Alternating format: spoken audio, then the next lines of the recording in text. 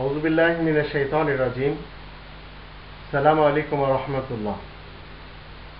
সন্তান হত্যা করার অর্থ কি হতে পারে? অনেকে পেটের ভিতরে সন্তান থাকাকালীন সেই সন্তানকে হত্যা করে বসে। আবার অনেকে বিবাহের পর বিভিন্ন ধরনের ওষুধপাতি খাওয়ার কারণে দেখা গেল যখন তারা সন্তান নিতে চায় তখন আর সন্তান হয় না। কোরআনে আল্লাহ রাব্বুল আলামিন বলছেন যে এই আকাশ পৃথিবীর মালিক হলেন একমাত্র আল্লাহ। তিনি তার ইচ্ছা মতে সৃষ্টি করে থাকেন। তিনি যাকে উপযুক্ত মনে করেন তাকে পুত্র সন্তান দেন, আবার যাকে উপযুক্ত মনে করেন কন্যা সন্তান দেন। আবার পুত্র কন্যা মিলে একসাথে আল্লাহ তাআলা যাকে ইচ্ছা তাকে তিনি দেন। আবার অনেককে তিনি বন্ধা হিসাবে রেখে দেন। নিশ্চয় তিনি সকল জ্ঞানের এবং কুদরতের একমাত্র মালিক। আল্লাহ বলছেন যে ইয়াহাবু লিমান ইয়াশাউ ইনাসা ওয়া ইয়াহাবু লিমান ইয়াশাউ যুকুর আও ইউযাওবিজুহুম যুকরানা ওয়া ইনাসা ওয়া ইয়াজআলু মান ইয়াশাউ আকিমা। সত্য বিদ্যা অর্জন করা মানুষের উপরে ফরজ করে দিয়েছেন আল্লাহ। এমন সত্য বিদ্যা অর্জন করতে হবে যে সত্য বিদ্যা অর্জন করতে পারলে একটি মানুষ এই পৃথিবীতে হালাল হারাম বেছে চলতে পারবে, ন্যায় অন্যায়কে জেনে সে জীবন কাটাতে পারবে। কিন্তু অধিক মানুষ সত্য বিদ্যা অর্জন করতে চায় না, কারণ সত্য বিদ্যা অর্জনের মাধ্যম দিয়ে আপনি আপনার কুরিপুকে শেষ করতে পারেন, আপনার কুচাহিদাকে আপনি হত্যা করতে পারেন।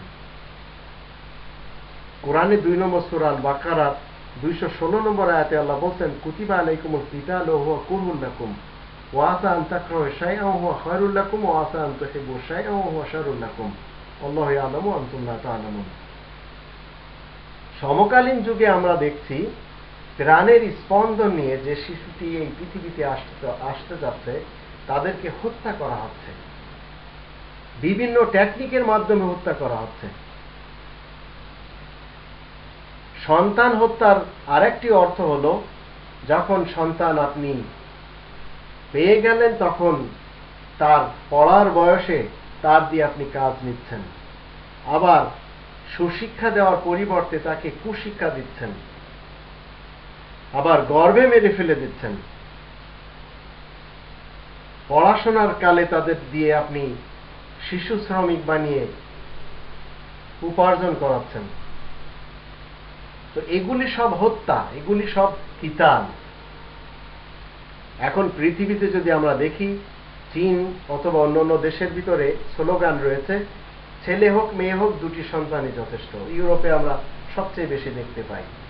আবার অনেকে বলছে দুটি নয় একটি যথেষ্ট। এগুলি সব কোরআন বিরোধী প্রথা।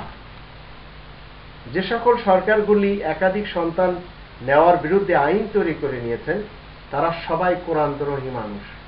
এই পৃথিবী এখনো খালি, আর 650 কোটি লোক অথবা 700 কোটি লোকের বসবাস, কিন্তু পৃথিবী সব খালি পড়ে আছে, মানুষ সামান্য কিছু এলাকায়।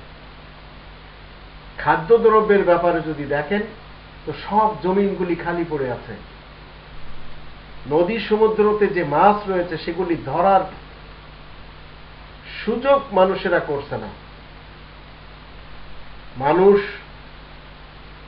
মানুষ যেন এই পৃথিবীতে না আসতে পারে তার জন্য আইন তৈরি করে নিচ্ছে, বেলুন তৈরি করছে, কন্ডম তৈরি করছে, বিভিন্ন ধরনের বড়ি ট্যাবলেট তৈরি করছে।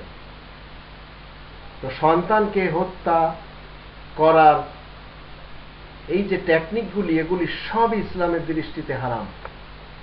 আর এই কোরআন দ্রোহী মানুষ যারা তারাই মূলত এগুলি করছে।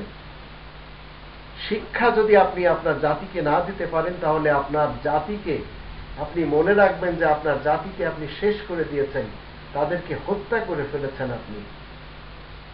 আজ একবিংশ শতাব্দীর এই 2015 সালে বাংলাদেশের ছেলে মেয়েদেরকে কুশিক্ষা দিয়ে আর শিক্ষাঙ্গনে সুশিক্ষা না থাকার ফলে নকলের বাজার গরম করে এবং মন মতো নম্বর দিয়ে সবাইকে কুশিক্ষায় শিক্ষিত করা হচ্ছে। তো প্রকৃতপক্ষে আমাদের জাতিটাই রেড জাতি হিসেবে, মৃত্যু জাতি হিসেবে পরিচয় পাচ্ছে। ঢাকা ইউনিভার্সিটি থেকে একটি লোক পড়ে সে চিরকাল রবীন্দ্রনাথের গুণ গায়। যে রবীন্দ্রনাথ ঢাকা ইউনিভার্সিটি বানানোর বিপক্ষে ছিল, যে রবীন্দ্রনাথ ইংরেজদের চাটুরিকতায় জীবন কাটিয়ে দিয়েছিল, কিন্তু সুশিক্ষা না থাকার কারণে মিডিয়াগুলি আজ কি করছে?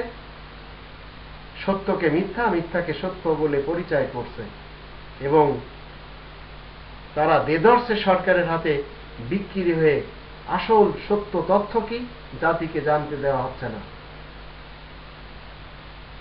তো সন্তান হত্যা করার একটি বড় কৌশল হল শিক্ষার্থীদের ভিতরে নকলের বাজার খুলে দেওয়া, নকলের জন্য তাদেরকে সুযোগ করে দেওয়া, কুশিক্ষায় তাদেরকে শিক্ষিত করা। আর যদি কুশিক্ষায় জাতি শিক্ষিত হতে পারে, কুশিক্ষায় শিক্ষিত হলে সে জাতি মুর্দা জাতি, সে জাতির দিয়ে কখনো কিছু হবে না। আর এগুলি মূলত করাচ্ছে কারা? যারা দুর্নীতিবাজ নেতাকর্মী, তারাই দুর্নীতিবাজ শাসকেরা, যেন তাদের বিরুদ্ধে কেউ কথা না বলতে পারে। ৭২ লক্ষ যে দেশের শিশু শ্রমিক পড়াশোনা বাদ দিয়ে শ্রমের কাজে ব্যস্ত, সে দেশের শিক্ষা কোথায়? শিক্ষাঙ্গনে রয়েছে ভেজাল। একজন মানুষ সে রবীন্দ্রনাথের ইতিহাস পড়ে ডিগ্রি নেয়, অথচ সেই লোকটি যে ইংরেজদের গুলামি করতে করতে করতে করতে ভারতবর্ষকে লর্ড পঞ্চমের জন্য কবিতা লিখে বলে দিয়েছিল যে তিনি হলেন আমাদের ভারত ভাগ্য বিধাতা, তিনি হলেন ভারতের লোকদের সাস্টেনার। আর সেই লোকের ইতিহাস পড়ে মানুষ ডিগ্রি নিচ্ছে। তো সত্য ইতিহাস আমাদের সামনে নেই, কেউ তুলে ধরতে পারছে না। মানুষ এত বেশি এই রবীন্দ্রনাথ চর্চা করছে, মাইকেল মধুসূদনের ব্যাপারে কারোর মাথা ঘামানো নেই, কারণ তিনি লিখতেন এবং তার লেখায় কথা বলে। আর রবীন্দ্রনাথ এই হিন্দু কবি পারস্যের কিছু ফার্সি কবিদের কথাগুলি বাংলায় অনুবাদ করে সে অনেক নাম কামিয়েছে। কিন্তু এগুলি আসল তথ্য মানুষকে জানতে দেওয়া হচ্ছে না।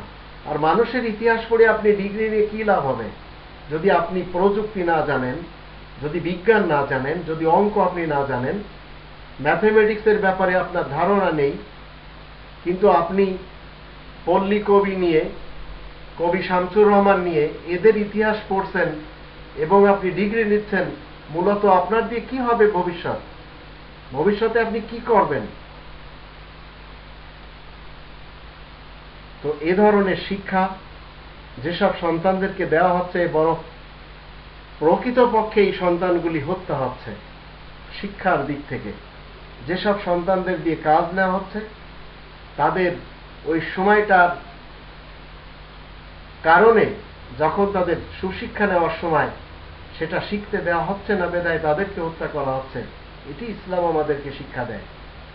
শুধু মায়ের গর্ভে একটি শিশুকে বিভিন্ন অস্ত্রপাতি দিয়ে হত্যা করা, শুধু এই এক হত্যা করার কথা কোরআন বলছে না, এটাও একটা হত্যা করার একটা জঘন্য ষড়যন্ত্র।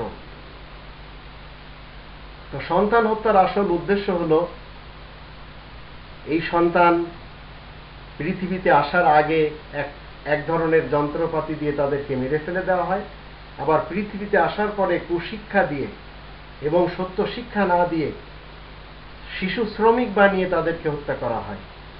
তাই জাতি আমাদের একেবারে মূর্খ, আর যারা পড়ালেখা জানে তাদের কোনো কদর আমাদের ভিতরে নেই, কারণ মিডিয়াগুলি চলে গেছে অশিক্ষিতদের হাতে, যারা যে কোনো সময় বিক্রি হওয়ার জন্য প্রস্তুত থাকে। আর এই ধরনের ইতিহাস আমরা অতীতেও আমরা দেখেছি। মির্জাফরের ইতিহাস, হিন্দু কবি রবীন্দ্রনাথের ইতিহাস, গাস্তি বেগমের ইতিহাস আমাদের সামনেই রয়েছে। তো সন্তানকে কোনো ক্রমে হত্যা করা যাবে না, এই কোরআনের বিধান তাদেরকে শিক্ষা দিতে হবে।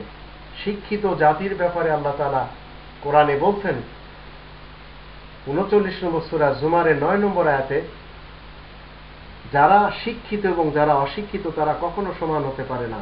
হাল ইয়াস্তাবিল্লাযীনা ইয়ালামুনা ওয়াল্লাযীনা লা ইয়ালামুন, এটা কি সম্ভব? যারা শিক্ষিত এবং যারা অশিক্ষিত তারা সমান হবে? কোনোদিন সম্ভব না।